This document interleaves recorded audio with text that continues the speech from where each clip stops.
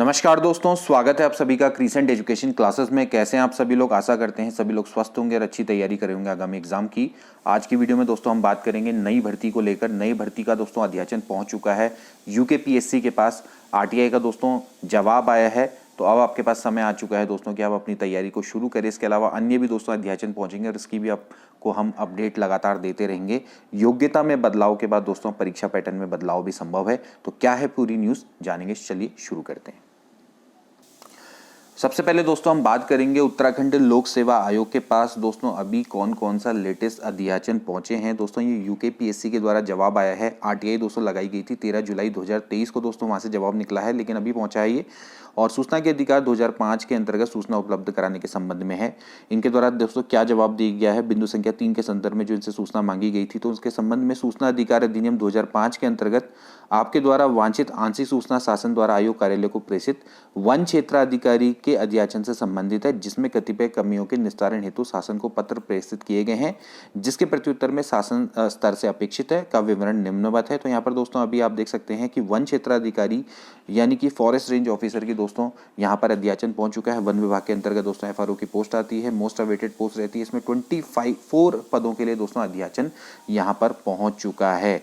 तो अभी दोस्तों इसमें थोड़ा सा कुछ कमियां चल रही हैं, जिसमें कमियों का निस्तारण के लिए शासन को पत्र प्रेषित किया गया और शासन से जैसे ही जवाब आएगा उसके बाद दोस्तों आपको उत्तराखंड एफआरओ की पोस्ट भी दोस्तों जल्दी ही देखने को मिलेगी।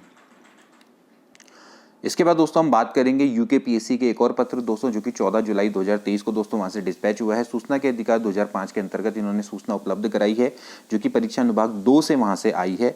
और इसके द्वारा दोस्तों इनके द्वारा अवगत करवाया गया है। देखिए क्या क्या अवगत कराया इन्होंने। बिंदु संख्या 3 के संबंध में सूचित कराना है कि शासन द्वारा परीक्षा अनुभाग 2 में अधिशासी अधिकारी नगर पंचायत शहरी विकास विभाग के अंतर्गत 63 पदों के लिए अध्याचन दोस्तों पत्र प्राप्त हुआ है 28/6/2023 को। और उक्त अध्याचन के परीक्षण उपरांत विज्ञापन की कार्रवाई की जाएगी।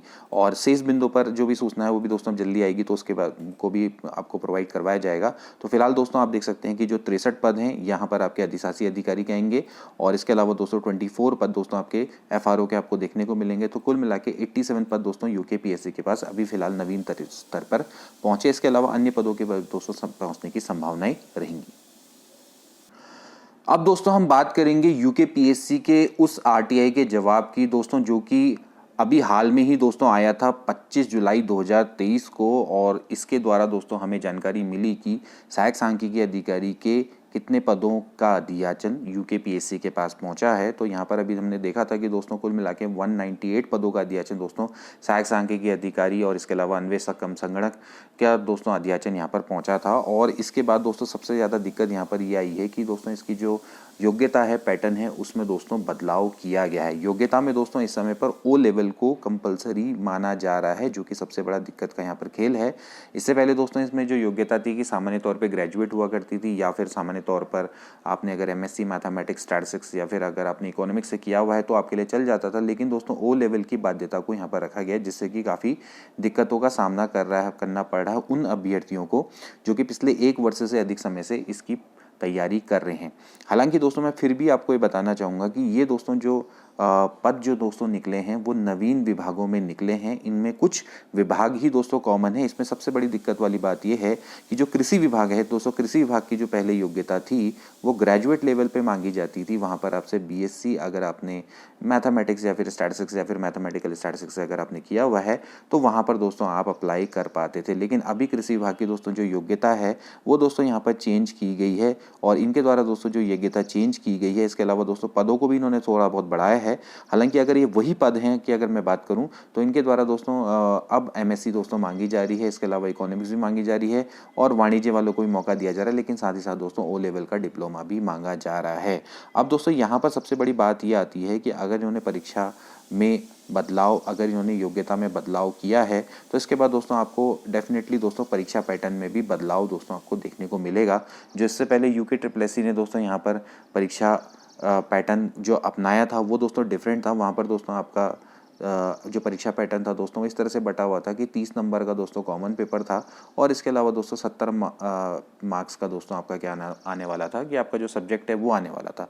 इसमें 70 मार्क्स की मैथमेटिक्स थी, 70 मार्क्स की स्टैटिस्टिक्स थी, बाकी जो 30 मार्क्स का जो पेपर था वो कॉमन था जिसमें मैथ, स्टैट्स और कंप्यूटर आपसे पूछी जा रही थी। लेकिन इस बार जो परीक्षा पैटर्न है दोस्तों उसमें बदलाव संभव है और इसमें डेफिनेटली दोस्तों आपको 20 से 25 मार्क्स की दोस्तों हिंदी या फिर जीके देखने को मिल सकती है। इसमें हिंदी और जीके कंबाइन हो सकती है। इसके अलावा सब्जेक्ट तो रहेगा ही खास, सब्जेक्ट के बिना तो ये पॉसिबल नहीं है इस तरह की पोस्ट को क्लियर करना, लेकिन आपको इस समय पर दोस्तों जीके जीएस भी इसमें देखने को मिल सकती है। हालांकि अभी तक परीक्षा पैटर्न के बारे में कोई भी किसी को भी कुछ पता नहीं है, ना ही इसके जो सिलेबस है उसके बारे में किसी को कुछ पता है, लेकिन फिर भी दोस्तों ये बदलाव यहाँ पर संभव है। यूकेपीएससी दोस्तों इसमें डेफिनेटली बदलाव कर सकता है। ये सूचना दोस्तों हम इसलिए आपको दे रहे हैं ताकि आप अपनी जो तैयारी है उसको अभी से स्टार्ट करें, आप जीके जीएस को भी पढ़ना शुरू करें। इसके अलावा दोस्तों जैसे कि यहाँ पर योग्यता है, योग्यता में बदलाव जो किया गया है दोस्तों ये कहीं ना कहीं थोड़ा सा जो छात्र हैं उनके अभ्यर्थियों के संग गलत किया गया है, क्योंकि ओ लेवल अगर आप मांगते हैं तो इसको दोस्तों आप कंपलसरी ना मान के अधिमानी अर्हता में भी शामिल किया जा सकता था। इसको अनिवार्य ना रख के अधिमानी अर्हता में भी, या फिर अगर आपने मांगना ही है, कंप्यूटर इतना इंपॉर्टेंट है, तो triple C versus O level हो सकता था। कहने का मतलब है कि ट्रिपल सी और ओ लेवल हो सकता था। जैसे कि यहाँ पर अभी अगर हम इसकी बात करें, जैसे कि एमएसएमई में मांगा गया है, एमएसएमई में अगर आप ध्यान से देखें तो एमएसएमई में दोस्तों यह है कि ट्रिपल सी प्रमाण पत्र अथवा ओ लेवल का डिप्लोमा चल जाएगा, क्योंकि ट्रिपल सी दोस्तों मोस्टली सारे लोग करते हैं, क्योंकि अन्य एग्जाम में भी दोस्तों मांगा जाता है। चाहे हम वीडियो की बात करें, वीपीडीओ का जो एग्जाम होता है वहाँ पर मांगा जाता है, तो वहाँ पर triple C versus O level चल जाएगा, मतलब या फिर ट्रिपल सी हो जाए या फिर ओ लेवल हो जाए, चल जाएगा।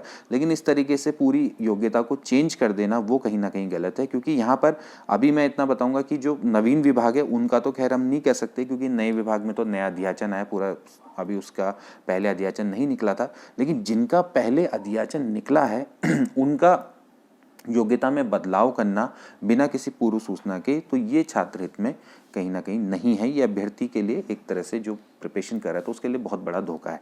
तो इसलिए यहाँ पर दोस्तों परीक्षा में पैटर्न में भी दोस्तों यहाँ पर बदलाव संभव है। मैं आपको इसका एक क्लू दे देता हूं, क्योंकि अभी देखिए जो उत्तराखंड एसआई की परीक्षा होने वाली थी, उत्तराखंड एसआई का जो पहले दोस्तों एडवर्टीजमेंट निकला था, पहले जो योग्यता थी वो मतलब जो उसमें परीक्षा पैटर्न हुआ करता था वो दोस्तों डिफरेंट हुआ करता था।